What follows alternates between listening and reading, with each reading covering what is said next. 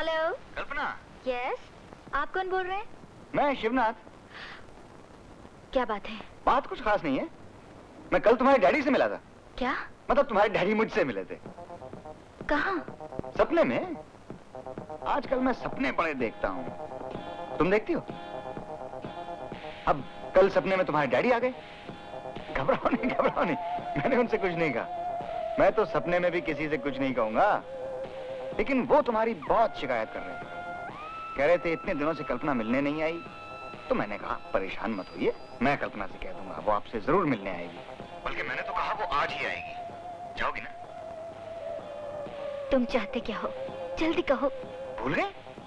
तुमने कहा था ना 1 हफ्ते में पैसे दे दूंगी पूरे। आज 8वां दिन है। और कल्पना ऐसा भी नहीं है मैं तुम्हारी परेशानी समझता नहीं हूँ। इस बार तुम्हारी परेशानी तुम्हारे डैडी हल कर देंगे। वो बहुत अमीर आदमी है और तुम उनकी इकलौती बेटी हो। 25,000 के लिए वो तुम्हें इनकार नहीं करेंगे। तो तुम उनके पास जाओ और कोई भी बहाना करके पैसे ले आओ। मैं उनके पास कैसे जा सकती हूँ? कुमार साहब घर पे हैं। तुम्हें मालूम नहीं है? कुमार साहब तो सूरत जा रहे हैं। कल्पना, मैं सूरत जा रहा हूँ। वहां अमेरिका से एक पार्टी आई हुई है, जरूरी मीटिंग है। रात को लौटने में शायद देर हो जाए।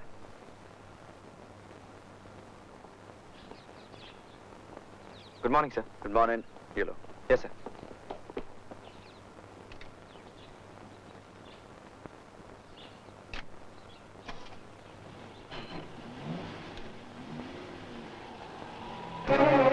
रामू, मुझे लौटने में देर होगी। मैं अपनी सहेली के घर जा रही हूँ। बबलू का ख्याल रखना। अच्छा। अरे बेटे, तुम कब आई?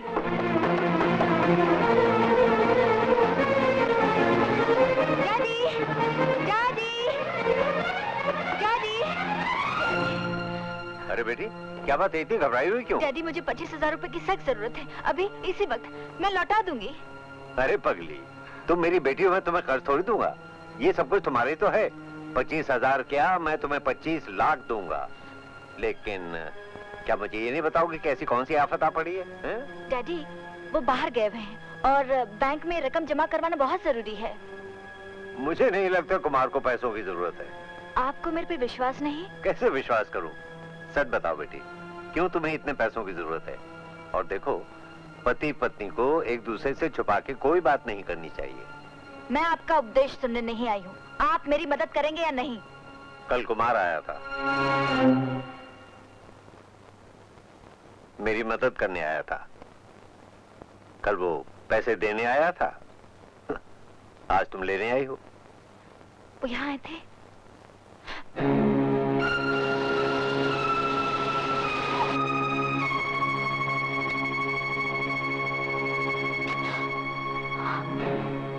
रामू साहब कब आए? थोड़ी देर हुई। मेरे बारे में पूछा? पूछा, मैंने कहा सहेली के घर गई। अरे एक बात तो बताओ। ए बबलू, जब मैं घर पर नहीं होता हूँ तो और कौन कौन आता है? दूध वाला। और कौन आता है? पोछने आता है। और कौन आता है? बाजू वाला। और अंकल आते हैं, कैमरे वाले। वो क्या करते हैं यहाँ के? अंकल ने फोटो दिए थे ना, फिर मम्मी ने उन्हें बहुत सारे नोट दिए।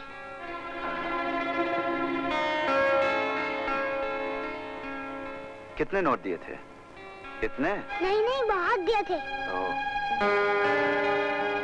कितने? इससे भी ज्यादा।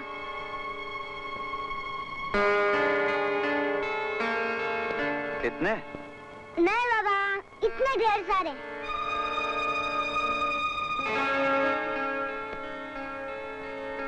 कितने? इतने।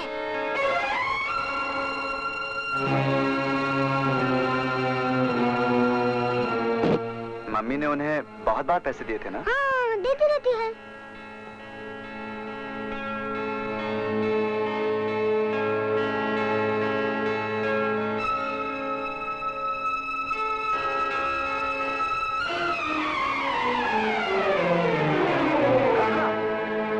कल्पना, कल्पना, कल्पना, रामू, जल्दी से डॉक्टर को बुलाओ।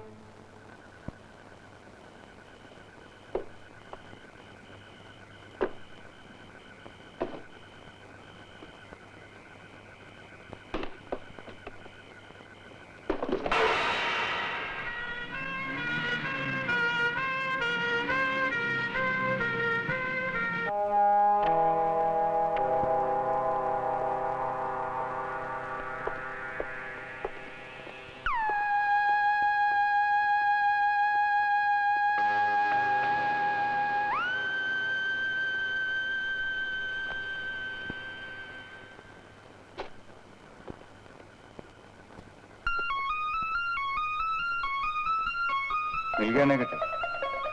मिल गया। तुम क्या समझते हो इसको लेकर तुम बाहर जा सकोगे? तुम्हारी लाश पर से भी जाना पड़े तो भी इसे लेकर ही जाऊंगा यहाँ से। चुपचाप ये नेगेटिव रख दो और यहाँ से चले जाओ। मैं नहीं चाहता कि तुम्हारी चीखों से मेरी बीवी या बच्ची जाग जाए। तुम्हें होगी अपनी बीवी और बच्चियों की परवाह, लेकिन मुझे अपनी जिंदगी की भी कोई परवाह नहीं। हट जाओ मेरे रास्ते से। मैं कह रहा हूँ चुपचाप ये नेगेटिव मुझे दे दो।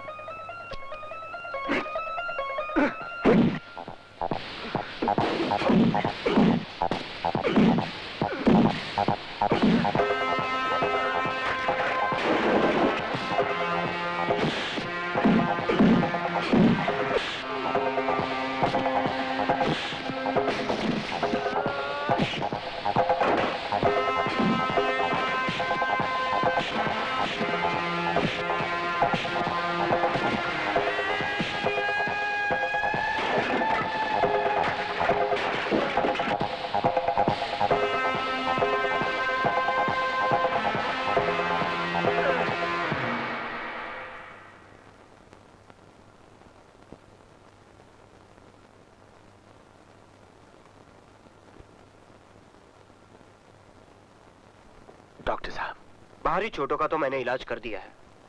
लगता है कोई गहरा सदमा पहुंचा है, इसलिए होश नहीं आ रहा। मुकम्मल आराम की जरूरत है। डॉक्टर साहब, किसी भी तरह, किसी भी कीमत पर। आप घबराइए नहीं, हम पूरी कोशिश करेंगे।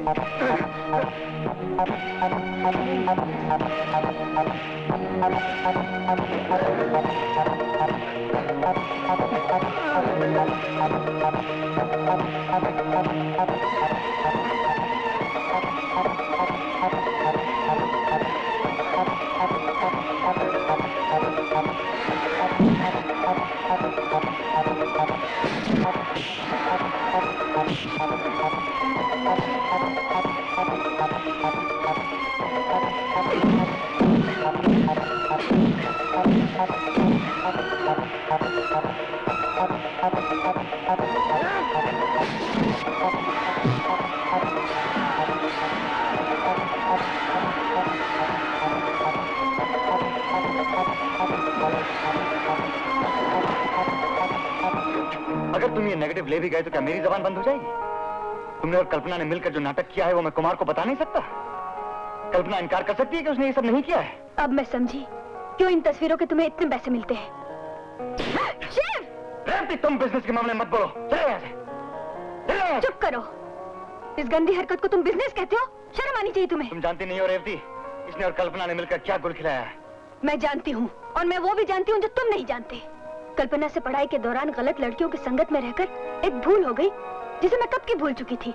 और डॉक्टर दीदी ने तो ये सब जानते हुए भी कुमार से उसकी शादी कर दी।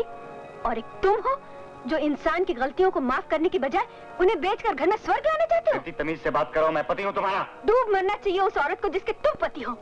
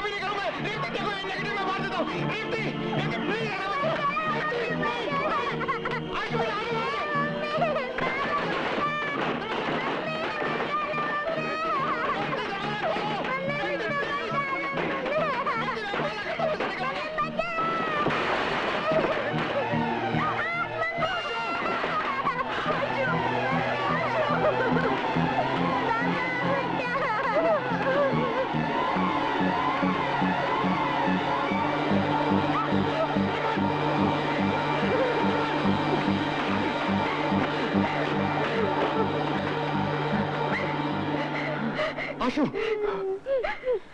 अमन भाई, thank you very much. Revati ji, ये हाथ मारना जानते थे, आज इन हाथों ने बचाना सीख लिया है। इन हाथों की अग्नि परीक्षा हो गई है। मेरा काम पूरा हो गया है भाई, मैं शहर छोड़ के जा रहा हूँ।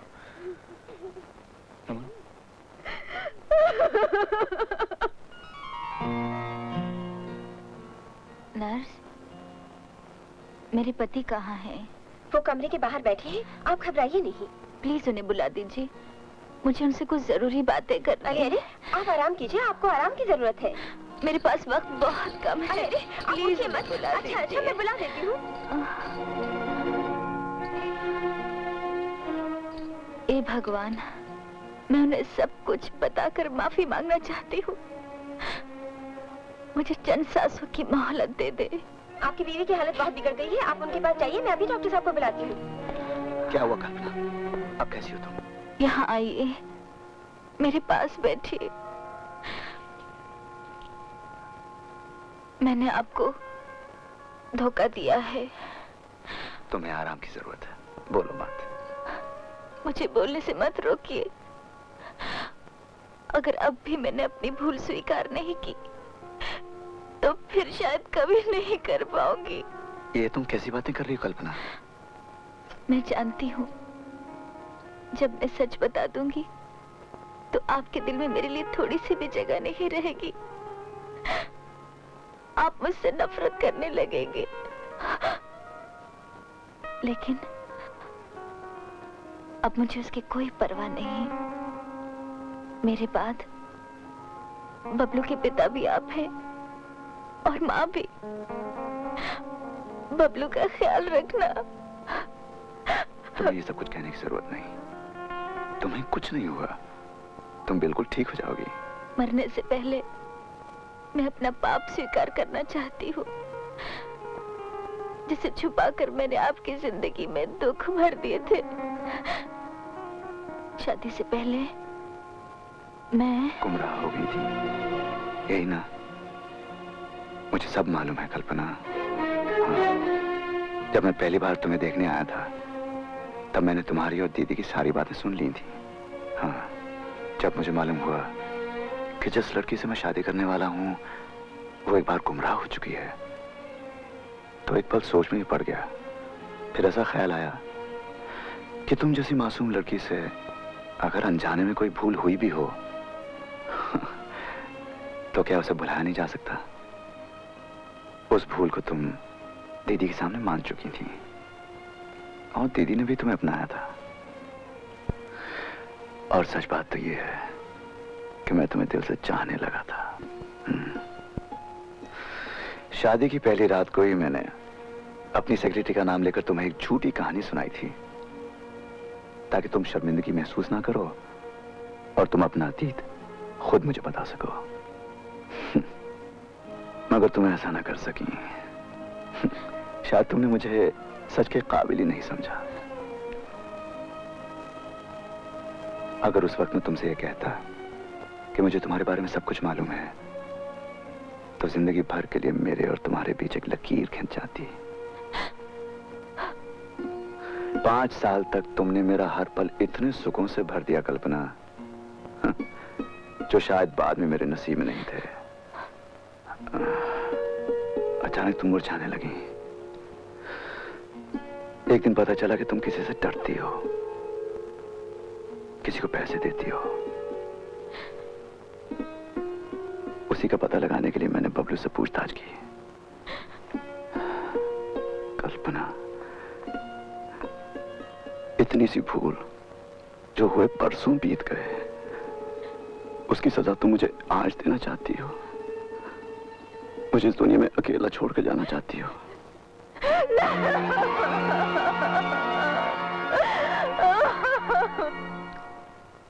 अंकल, आप मेरी मम्मी से पैसे लेने आए हो ना? लेकिन मेरी मम्मी अभी बहुत बीमार है, उन्हें तकलीफ मत दो। लो, मैं पैसे देता हूँ, मेरे पास इतने ही है। नहीं बेटा, पैसे लेने वाले हाथ तो जल गए। कल्पना, मम्मा, मेरा बच्चा। कौन साहब? कल्पना जी, मैं माफी मांगने आया हूं। मैं बेहद शर्मिंदा हूं। दूसरों की राह में कांटे बिछाने के बाद आदमी तकलीफ पहुंचाता है अपनी जान को। अरे छोड़िए साहब, जब किनारे पे आ लगी कश्ती, हमें तूफान से कोई नहीं शिकवा।